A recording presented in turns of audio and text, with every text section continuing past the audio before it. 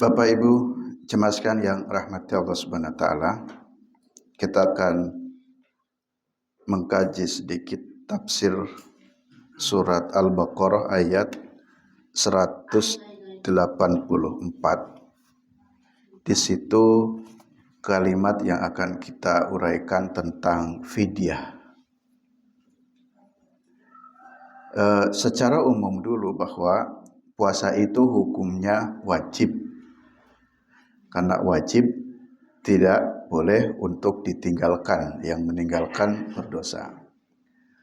Nah, yang diwajibkan itu dalam kondisi-kondisi tertentu ada yang dibolehkan tidak berpuasa. Jadi ketika Ramadan, ketika tidak puasa, dia tidak berdosa. Tapi ada tanggungan. Dibagi dua kategori. Pertama, orang yang tidak puasa Ramadan itu dikategorikan dia nanti harus membayar dengan puasa lagi atau qadha. Lalu yang kedua itu dibayarnya dengan fidyah. Jadi dua kelompok. Siapa yang harus mengqadha? Yang harus mengqadha menurut Al-Qur'an, faman kana minkum maridon, orang sakit ya sakit. Mohon maaf ya, sakit itu nanti kategorinya ya yang dia tidak kuat berpuasa. Tapi kalau sakitnya cuman flu saja itu masih bisa ya tetap lanjutkan puasa. Jadi orang yang sakit atau ala safarin, orang yang dalam perjalanan, itu dua kelompok ini nanti boleh tidak puasa Ramadan tapi faidatum min ayyamin ukhra, wajib mengganti di hari yang lain atau qadha. Lalu kelompok yang kedua, wa 'alal ladina yutikunahu, orang-orang yang yutik. Yang yutik itu yang berat, maka fidyatun, dia membayar fidyah. Ta'amu miskin, memberi makan orang miskin. Baik, kajian ini kita akan fokus tentang fidyah ya, karena ini menjadi penting juga. Mungkin ada saudara kita, keluarga, tetangga kita yang sesungguhnya dia ini mungkin kategori harus membayar fidyah ya. Apa itu arti fidyah? Fidyatun itu dari kata fada. Fada itu artinya tebusan. Jadi dia tuh harus menebus. Atau bahasanya mengganti. Jadi orang yang tidak berpuasa Ramadan dalam kondisi tertentu itu dia membayar fidyah, artinya dia harus menebus, harus mengganti. Nah, fidyatun itu artinya fidyah. Sekarang siapa orang yang dikategorikan boleh fidyah? Kelompok yang kategori fidyah ini siapa? Di dalam Al-Quran itu hanya disebutkan yutik. Yutik itu artinya orang yang berat berpuasa. Siapa yang kategori ukuran berat berpuasa itu, sehingga nanti opsinya itu adalah membayar fidyah. Kalau menurut Imam Qurtubi, orang yang yutik itu diartikan pertama orang yang lanjut usia. Ini Bapak Ibu sudah ada yang lanjut usia. Nah, yang lanjut usia ini kategorinya yutik. Jadi nggak usah puasa, nggak apa-apa. Nanti bayarnya fidyah. Nah, simbah ya, nggak usah puasa, yutik. Tapi kan yutik lanjut usia ini ya beda-beda standarnya. Ada yang sudah umur 80 masih kuat puasa, ya berarti lanjutkan. Maksudnya ini yang betul-betul lanjut usia tidak mampu. Dan besok kalau qadha pun juga tidak mampu lagi karena sudah memang lanjut usia, dah yutik. Jadi kalau menemukan saudara kita ada simbah yang kategori ini, nanti kita bayarkan fidyahnya. Atau kita dorong ya untuk bayar fidyah. Kemudian yang berikutnya kata Imam Qurtubi, yang kategori yutik itu adalah wanita hamil. Kemudian wanita yang menyusui. Ya, wanita hamil dan wanita yang menyusui. Nah, di sini misalkan dalam hadis sebutkan hadis yang diriwayatkan dari Anas bin Malik, Rasulullah SAW bersabda, Inna Allah azza wa jalla wada'a 'alal musafiri sauma wa syatra salati wa anil hubla wal murdi as-saum. Jadi Allah itu telah membebaskan berpuasa dan separuh sholat bagi orang yang musafir. Jadi orang musafir ini yang mau mudik, musafir itu oleh Allah diberikan keringanan. ya. Tidak berpuasa karena musafir. Lalu yang kedua, wasatro sholat, sholatnya pun dikurangi. Jadi maksudnya kalau musafir itu nanti kosor. Jadi sholatnya kosor saja. Pas perjalanan, sholat duhur, sholat asar dalam perjalanan itu kan 4-4. Nah itu nanti dikosor saja, jadi 2-2. Itu kata hadisnya begitu. Kemudian wa anil hubla wal murdi as-sauma, dan Allah membebaskan berpuasa dari orang yang hubla, yang hamil dan menyusui. Nah, jadi orang yang hamil dan menyusui itu nanti kategorinya membayar fidyah, fidyatun. Nah, Bapak Ibu jemaah sekalian yang rahmatullah SWT, di sini kalau bicara fikih memang ada perbedaan pendapat dalam pandangan para ulama beragam. Ada yang mengatakan wanita hamil menyusui itu nanti bayarnya itu fidyah plus qadha. Tapi ada yang membayar fidyah saja. Dan bahkan juga ada yang mengatakan tetap wajib qadha, tidak harus fidyah. Nah, dari ragam pendapat itu, kalau menurut tarjih itu pilihnya hanya fidyah saja. Jadi orang hamil menyusui itu ya fidyatun, membayar fidyah. Karena kan sudah jelas yutik, dia berat. Kalau bayar qadha ya kan berat juga. Bulan ini Ramadan hamil kan berat. Nah, setelah Ramadan menyusui lagi, berat lagi, menyusuinya 2 tahun. Jadi kapan nyaur utangnya? Ya langsung fidyah saja. Belum genap setahun sudah hamil lagi. Nah, terus bayarnya kapan? Nah, jadi langsung saja fidyatun. Walaupun tadi dalam pandangan fikih ada yang berpendapat fidyah plus qadha.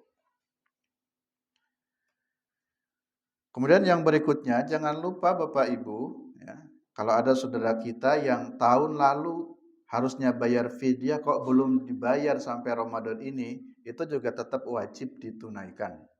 Sebagaimana mengqadha puasa yang tahun lalu belum terbayarkan, yaitu masih berkelanjutan hutangnya itu. Jadi tidak hangus karena datang Ramadan ini. Di sini dalam fatwa tarjih ada satu problem pertanyaan. Ada orang itu yang 6 tahun yang lalu dia sakit, benarnya sakitnya sakit mah ya, ini enggak ke dokter Teguh.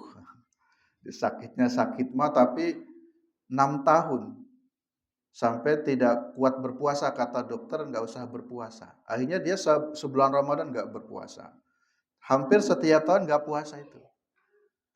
Nah, terus si penanya ini, ya, penanya pada ini majelis tarjih bertanyanya, setelah 6 tahun kemudian dia sembuh. Dia sembuh. Terus bertanya, itu hutang yang 6 tahun yang lalu bagaimana itu menurut pandangan tarjih? Lalu tarjih menjawab, jadi hutang yang 6 tahun yang lalu itu tetap wajib dibayar. Wajib dibayar. Cuman kalau bayarnya dengan qadha puasa, 1 tahun kan 30 hari. Sebulan berarti 6 tahun, 6 bulan harus bayar 6 bulan kan berat. Nah, sehingga dalam pandangan tarjih katakan dia tetap nyaur semampunya, sebisanya bayar puasa, tapi nanti sisanya bayar fidyah saja. Karena kalau dibayar dengan qadha itu, walaupun tadi kategorinya ada faman kana minkum maridon, kalau orang sakit kan nanti mengqadha bukan berfidyah. Tapi kalau qadhanya sampai 6 bulan, karena 6 tahun yang lalu dikumpulkan 1 tahun sebulan kan 6 bulan lama, berat juga. Maka bayarlah ini dengan qadha puasa lagi. Nah, sisanya itu bayarkan saja dengan fidyah. Jadi yang dia mampu bayar dengan qadha, tapi sisanya bayarkan saja fidyah. Yang sesungguhnya sakit ini dibagi 2 kategori sebenarnya. Ya, seperti ini lanjut masih Imam Qurtubi. Imam Qurtubi itu mengatakan termasuk orang yang berat itu selain tadi yang usia lanjut, wanita hamil, wanita menyusui, itu adalah orang yang sakit menahun. Nah, ini orang yang sakit menahun itu yang mungkin prediksinya sulit sembuh ya dok ya, atau berulang-ulang mungkin ya. Nah, itu menahun. Nah, orang yang menahun itu sakitnya ini dikategorikan yutik sehingga dia walaupun kategori sakit, tapi sakit yang berat, sakit yang menahun, sehingga nanti langsung saja dikategorikan dia ini fidyah. Jadi tidak masuk yang qadha, tapi masuknya fidyah. Kemudian masih dalam tafsir Al-Qurtubi dikatakan orang yang menjalani pekerjaannya amat berat. Nah, ini pakai amat, amat berat. Kalau orang dulu sering mentafsirkannya abang tukang beca ya, yang goes itu disebut berat. Tapi sekarang becanya sudah pakai mesin. Nah, saya kira sudah enggak berat ya. Nah, itu tetap ya harus berpuasa. Tapi yang mungkin ada satu pekerjaan yang amat berat. Nah, kalau di sini sebutkan seperti di kuli pelabuhan, ya, pekerja konstruksi jalan atau buruh tambang. Ya. Kita lihat kalau di pelabuhan kan harus ngangkut bongkar muatan itu. Siang-siang ya datang kapal diangkuti kan berapa kali, ya dia harus bekerja. Padahal mata pencahariannya hanya itu satu-satunya. Nah, itu kategori berat kalau harus berpuasa. Karena kalau berpuasa lemas akhirnya dia tidak bisa ngangkut, ya jatuh sakit padahal dia wajib memberi nafkah. Nah, itu kategori yutik berat, maka dia membayar fidyah, di kategorinya fidyah. Nah, ini terkait dengan golongan siapa yang membayar fidyah. Jadi kalau disimpulkan Bapak Ibu sekalian, jadi orang yang usia lanjut, wanita hamil, wanita menyusui, kemudian orang sakit yang menahun, dan orang yang bekerja amat berat. Nah, itu kategorinya. Selain itu berarti tetap berpuasa atau mengqadha. Yang berikutnya, nah sekarang kita masuk kepada berapa ukurannya. Ini penting Bapak Ibu sekalian untuk kita sampaikan kalau ada pertanyaan, ada yang membayar fidyah, berapa bayar fidyah itu? Kalau menurut konsep Qur'annya, fidyatun ta'amu miskin. Fidyah itu dengan memberikan makan. Nanti kalau dalam hadis, fidyatun itu disebutkan dengan muddan. Jadi satu mud. Ya. Di kulla yaumin makana yaumin faman fada muddan. Jadi dengan satu mud. Baik, biar mudah begini, saya sederhanakan. Cara membayar fidyah sehari maka bayarannya satu mud. Jadi sehari orang itu tidak berpuasa, kan harus bayar fidyah. Ukuran fidyah itu adalah satu mud. Sekarang berapa ukuran satu mud? Satu mud itu sama dengan 6 on. Jadi satu mudnya itu 6 on. Boleh tidak dengan uang? Boleh. Ya. Sebagian ulama membolehkan. Jadi sekarang kalau 1 kilo beras berapa Bapak Ibu? 15. Umpamanya 15.000, berarti kalau 6 ons 9.000. Nah, berarti cara menghitungnya gitu. Jadi 6 ons kira-kira pinter Pak Jamadi? 9.000. Oke, jadi nanti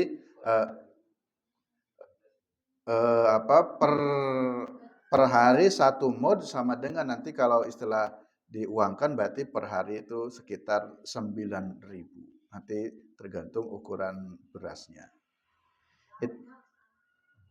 Kalau yang ini kategorinya murni, jadi barang mentah istilahnya, pokok, itu sudah dianggap sah.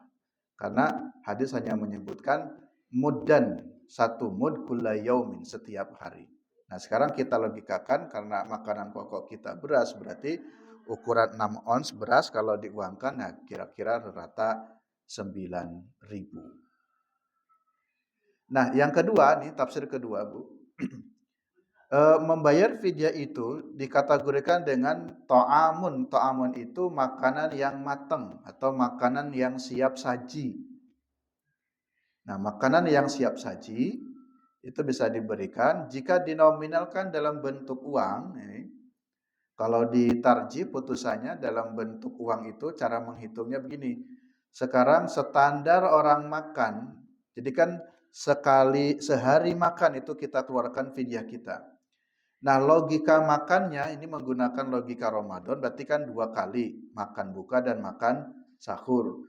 Umpamanya ada orang memang setiap sekali makan itu 10.000, berarti kalau 2 kali makan 20.000, berarti nanti sehari 20.000. Atau orang itu standar menengah itu rata-rata sekali makan 15.000, ya kalau 2 kali makan berarti 30.000, maka nanti fidyahnya itu per hari 30.000, itu dikategorikan dengan lauk atau istilahnya makanan yang siap saji. Orang yang lebih tinggi lagi makanannya seperti mungkin standar rapat itu ya. Saya kalau rapat di PWM biasanya kan anggaran itu 25.000 itu. Tidak boleh melebihi anggaran 25 per sekali makan. Berarti mungkin orang yang seperti itu ada sekali makan 25.000, umpamanya apa, nasi padang atau apa ya. Nah itu berarti 2 kali makan 50.000. Jadi nanti membayar fidyah itu sehari 50.000. Nah, itu cara mengartikan to'am atau muddan. Kalau ditarjih putusannya tahun ini 30.000 sampai 50.000. Jadi standar fidyahnya 30 sampai 50.000 per hari. Kalau MUI itu malah tertingginya 75.000. MUI DIY sudah melakukan fatwanya 75.000. Mungkin MUI DIY mengukurnya ya standar yang makannya kelas tinggi juga ya, kan ada tuh orang makannya kelas tinggi itu ya di hotel-hotel di mana. Baik. Ini yang kedua itu tentang ukuran. Sekarang yang ketiga, waktu membayar fidyah. Kapan fidyah itu dibayarkannya kapan? Fidyah itu dibayarkannya ada 3 model. Yang pertama, fidyah itu dibayarkan setiap hari. Jadi jika ada simbah yang harus membayar fidyah, jadi nanti caranya Bapak Ibu, 1 hari puasa, 1 hari bayarkan fidyahnya. Artinya orang itu tidak berpuasa, ya maka di hari itu nanti dikeluarkan fidyahnya. Ya umpamanya mohon maaf ya sore mungkin yang pas untuk memberi makan buka puasa itu. Jadi setiap hari dia tidak puasa, maka setiap hari dikeluarkan fidyahnya. Lalu yang kedua, membayar fidyah itu bisa diakumulasikan. Jadi untuk 1 bulan. Misalkan ada seorang ibu yang tidak berpuasa dan harus membayar fidyah, maka nanti dibayarkan fidyahnya itu dihitung untuk 1 bulan. Jadi setelah 29 hari atau 30 hari nanti diberikan di akhir Ramadan. Kalau tadi 6 ons ya, kalikan 30. Pinten, Pak? 18. Nah, berarti keluarkan saja, siapkan beras 18 kilo. Ini sebagai fidyahnya saya atau simbahnya saya umpamanya. Itu jadi boleh di akhir Ramadan. Kemudian yang ketiga, cara membayar fidyah itu bisa juga diberikan setelah selesai Ramadan. Jadi seperti umumnya orang mengkodok puasa. Bahkan bagi yang kondisi tertentu dia harus bayar fidyah dan dia juga kategori miskin, ya nyicil. Kalau tadi sudah dapat dihitung umpamanya 18 kilo 1 bulan, umpamanya dia mampunya bayar 1 kilo dulu, 1 kilo dulu atau berapa kilo, 5 kilo dulu. Tapi nanti genap 18 kilo umpamanya. Nah, itu juga boleh. Jadi dalam putusan tarjih itu membolehkan bisa dibayarnya sekaligus dan juga bisa dicicil. Seperti orang mengkodok puasa ya dicicil setelah selesainya bulan Ramadan. Yang terakhir terkait dengan tema fidyah ini, mungkin nanti ada satu problem pertanyaan, bagaimana kalau orang itu harus membayar fidyah tapi dia belum sempat membayar, keburu meninggal dunia umpamanya. Misalkan ya kita punya saudara, keluarga, simbah, ini benar-benar kategori fidyah, tapi nanti niatnya fidyahnya nanti di akhir saja, di akhir Ramadan. Jadi tidak tiap hari karena repot umpamanya. Sebelum selesai Ramadan sudah meninggal dunia. Ini kan hutang nih. Apakah itu tetap wajib dibayarkan ataukah cukup karena sudah berhentinya kehidupan. Seperti orang yang sakit, ya itu kalau di tempat saya, mohon maaf ya, di luar Muhammadiyah itu ada seorang keluarga meninggal diawali dengan sakit kurang lebih 1 minggu. Maka dia membayarkan fidyah itu bukan hanya puasa tapi membayar sholatnya juga. Jadi sholat itu difidyahkan, ya hutang sholat itu difidyahkan, gitu ya. Nah, nanti saya jelaskan logikanya. Nah, sekarang kita fokus dulu bagaimana hukumnya orang yang sudah meninggal dunia tapi dia punya hutang puasa. Ya katakan saja begini, Bapak pas sakit diopnam 3 hari, setelah itu meninggal umpamanya. Nah yang 3 hari ini apakah wajib dibayarkan oleh keluarganya ataukah nggak usah, Bang? Karena dirinya sudah meninggal. Orang sudah meninggal kan tidak ada kewajiban lagi. Nah di situ memang ulama berbeda pendapat. Jadi ada yang mengatakan ya seiring meninggal dunia berarti kewajibannya langsung otomatis gugur, tidak perlu dibayarkan oleh walinya, oleh ahli warisnya, tidak perlu. Tetapi sebagian pendapat lagi mengatakan bahwa kasusnya demikian itu tetap wajib dibayarkan. Tetap wajib dibayarkan. Oleh siapa? Oleh ahli warisnya atau oleh keluarganya. Jadi contoh kasus tadi orang sakit diopnam 3 hari kan nggak berpuasa terus meninggal, berarti dia punya hutang, si almarhum ini punya hutang 3 hari, maka wajib dibayarkan oleh keluarganya, oleh ahli warisnya. Nah sekarang bagaimana pendapat tarjih Muhammadiyah? Kalau menurut tarjih Muhammadiyah, ya jadi kalau tarjih kan merujuknya kepada hadis. Jika ada hadisnya maka itu diamalkan. Tapi kalau tidak ada hadisnya itu yang tidak diamalkan. Nah, ada hadis kan secara umum begini Bapak Ibu. Orang meninggal dunia itu seiring meninggal kan sudah putus amalnya. Jadi tidak boleh lagi dan tidak bisa untuk digantikan kegiatan-kegiatan ibadahnya atau ditransferkan nanti pahala ibadahnya. Tetapi ada hadis-hadis khusus ya, yang memang menjelaskan tentang perkara tersebut walaupun sudah meninggal dunia ini boleh. Ada 2 contoh dalam putusan tarjih. Pertama, badal haji. Badal haji ini walaupun orangnya sudah meninggal dunia itu tetap wajib ditunaikan oleh keluarganya. Tapi dengan catatan memang sebelum meninggal itu dia kategorinya berwasiat dan dia sudah kategorinya apa ya? Mungkin kalau sekarang konteksnya sudah bayar, sudah siap berangkat meninggal. Nah, kalau dulu ya kasusnya cuman ya Rasul, bapak saya mau haji tapi belum sempat ditunaikan terus meninggal. Bagaimana? Apa yang harus saya lakukan? Kata Nabi, kalau bapakmu punya hutang, apa yang akan kamu lakukan? Lalu anaknya jawab, ya akan saya bayar. Lalu kata Nabi, demikian pula hutang kepada Allah harus diutamakan. Itu contoh dalam putusan tarjih, orang itu sudah meninggal dunia tapi tetap harus dihajikan atau dibadalkan hajinya, tetapi dengan catatan ya, catatannya sebelum meninggal itu pernah bernadar atau berwasiat akan haji. Tapi kalau tidak ada nadar, wasiat, ujuk-ujuk, wah sekarang keingetan saya simbah, saya mau niatkan haji atas nama almarhum, itu enggak usah. Tapi kalau sebelumnya ada nadar, ada wasiat, maka ketika meninggal belum ditunaikan wajib dilaksanakan. Lalu yang kedua puasa. Nah ini puasa juga ada hadisnya, Pak. Nah ini yang saya bawakan tanya jawab jilid 4 di putusan tarjih jilid 4. Nah, saya bacakan di sini supaya nanti kalau ada problem tidak ragu. Keluarga kita meninggal tapi punya hutang puasa, ini kitanya harus bayarkan atau enggak? Nah, di sini harus dibayarkan. Ya. Apa dasarnya? Nah, sini hadis Nabi. An Ibni Abbasin, dari Ibnu Abbas, anna imra'atan qalat, ada seorang perempuan tanya kepada Rasul. Ya Rasulullah, wa ya Rasulullah, inna ummi matat, ibuku itu sudah meninggal dunia.